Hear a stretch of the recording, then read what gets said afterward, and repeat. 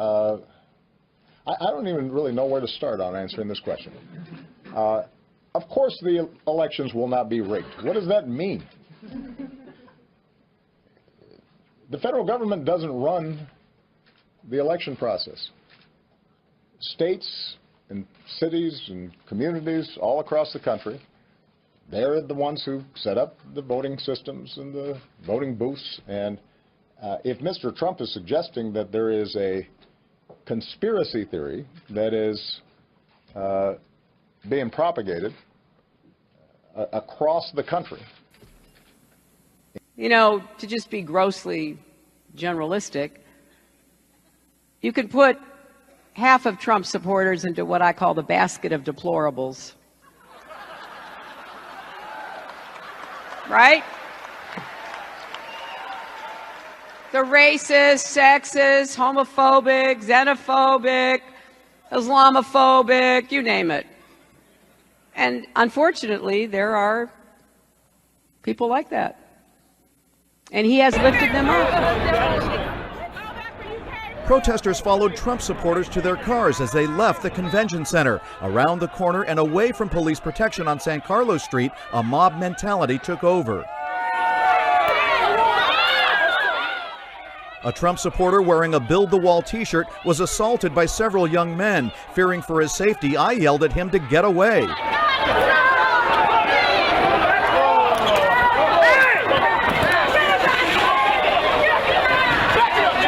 Get the hell out of here! Get up, man! What are you doing? Assaulting people? For several minutes, there was no police protection.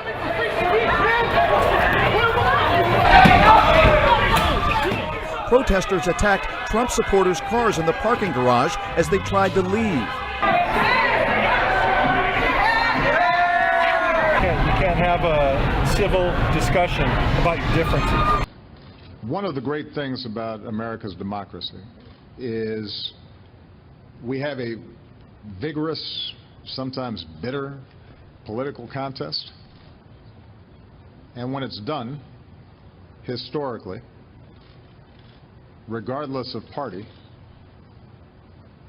the person who loses the election congratulates the winner, reaffirms our democracy, and we move forward. That's how democracy survives, because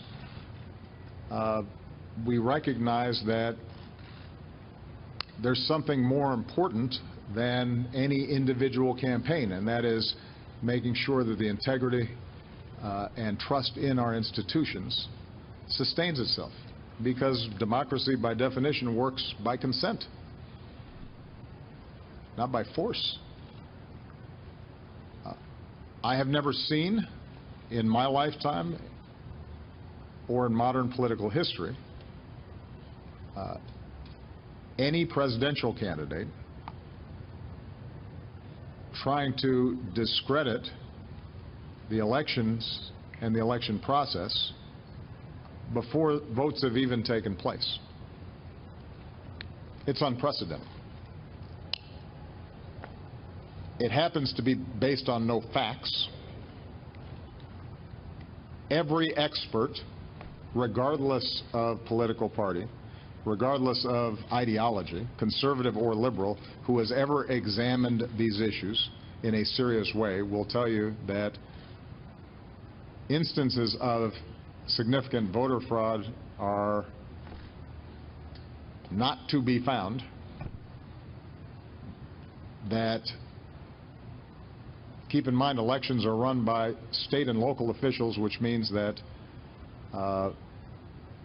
there are places like Florida, for example, where you've got a Republican governor who's a Republican appointees are going to be running and monitoring a whole bunch of these election sites. The notion that somehow if Mr. Trump loses Florida, it's because of those people that you have to watch out for, that is both irresponsible and, by the way, doesn't really show the kind of leadership and toughness that you'd want out of a president. You start whining before the game's even over. We had two tapes come out. One shows that money coming directly from the Clinton campaign, funneled through the DNC, funneled through democracy, whatever, right into the hands of agitators fomenting violence going back as far as Chicago against your father, and a huge, massive voter fraud scheme that they put into works. This, to me, is really hasn't even resonated with the American people yet. No, it hasn't, and it has to get out there. I mean, and that's part of what he was talking about today, okay? We'll accept a fair result, but we're not going to accept something when they say, we've been doing this for 50 years, we've been busting, we don't play by the rules. The rules only apply to conservatives, apparently, or maybe we're the only ones with the morals to be able to actually comply by them. You know, this stuff's coming out. This isn't pretend. This is undercover video. That's James O'Keefe right over there that did the video. Yeah. He did a great job, and I think, listen, he's doing the American people a great service by highlighting this, because everyone thinks, oh, the system's so honest, no way they would do this. He's seen it at the highest. Could you imagine it? We've been to the White House 350 times doing this. Met with the president 47 times. And they're saying, oh, this never happens. I mean, yesterday, Obama saying, this never happens. Trump should stop whining. It happened. A couple hours later. Could you imagine if your father was on tape funding the fomenting of violence? Could you imagine if it was your father or operatives within your father's campaign talking about a massive voter fraud scheme? Sean, they would run him out of the country. And that's the problem. The double standard that exists between the liberals and the conservatives is disgusting. And it has to be highlighted. So I think James did a great job of being able to highlight that, to be able to show the American people. And everyone should go look at Project Veritas and see what happened. Because if you look at it as an American, and I don't care which side of the spectrum you're on, but if you look at it as an American, as a human, okay, and you're not totally disgusted, we have never in the history of our country been in a situation where an adversary, a foreign power, is working so hard to influence the outcome of the election. And believe me, they're not doing it to get me elected. They're doing it to try to influence the election for Donald Trump. Началась истерика по поводу того, что это в интересах России. Да ничего там нету в интересах России. Но истерика вызвана только тем, чтобы отвлечь внимание американского народа от сути того, что выложили хакеры. А суть – это манипуляция общественным мнением. Your running mate, Governor Pence, pledged on Sunday that he and you, his words, will absolutely accept the result of this election. Today, your daughter Ivanka said the same thing. I want to ask you here on the stage tonight, do you make the same commitment that you will absolutely, sir, that you will absolutely accept the result of this election? I will look at it at the time. I'm not looking at anything now. I'll look at it at the time. What I've seen is so bad. First of all, the media is so dishonest and so corrupt, and the pile-on is so amazing. The New York Times actually wrote an article about it that they don't even care. It's so dishonest, and they've poisoned the minds of the voters. But unfortunately for them, I think the voters are seeing through it. There is a tradition in this country, in fact, one of the prides of this country is the peaceful transition of power, and that no matter how hard fought a campaign is, that at the end of the campaign, that the loser concedes to the winner, not saying that you're necessarily going to be the loser or the winner, but that the loser concedes to the winner and that the country comes together in part for the good of the country. Are you saying you're not prepared now to commit to that principle? What I'm saying is that I will tell you at the time. I'll keep you in suspense. Well, okay? Chris, let me respond to that because that's horrifying. You know, every time Donald thinks things are not going in his direction, he claims whatever it is rigged against him. I have to admit, you know, when we were both asked the question, I assumed he would say what everybody has always said, which is, hey, of course, you know, because to say you won't respect the results of the election, that is a direct threat to our democracy. The peaceful transfer of power is one of the things that makes America, America.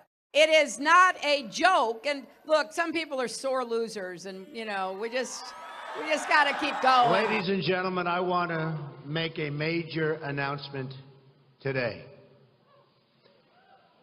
I would like to promise and pledge to all of my voters and supporters and to all of the people of the United States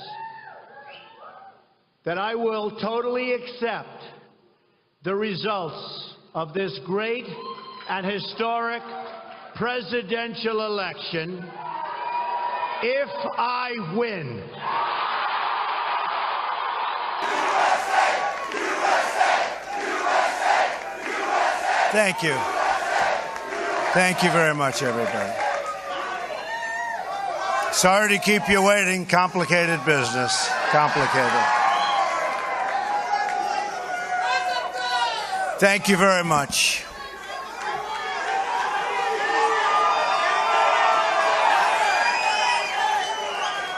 I've just received a call from Secretary Clinton.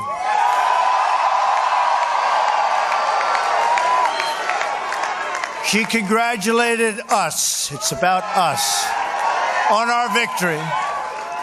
And I congratulated her and her family on a very, very hard-fought campaign. I mean, she fought very hard. Thank you. Well, folks, I know you've been here a long time, and it's been a long night, and it's been a long campaign. But I could say we can wait a little longer, can't we? They're still counting votes, and every vote should count.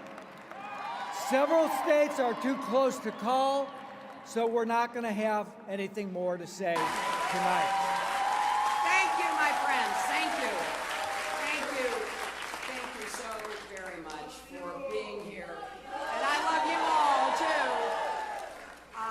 Last night, I congratulated Donald Trump and offered to work with him on behalf of our country.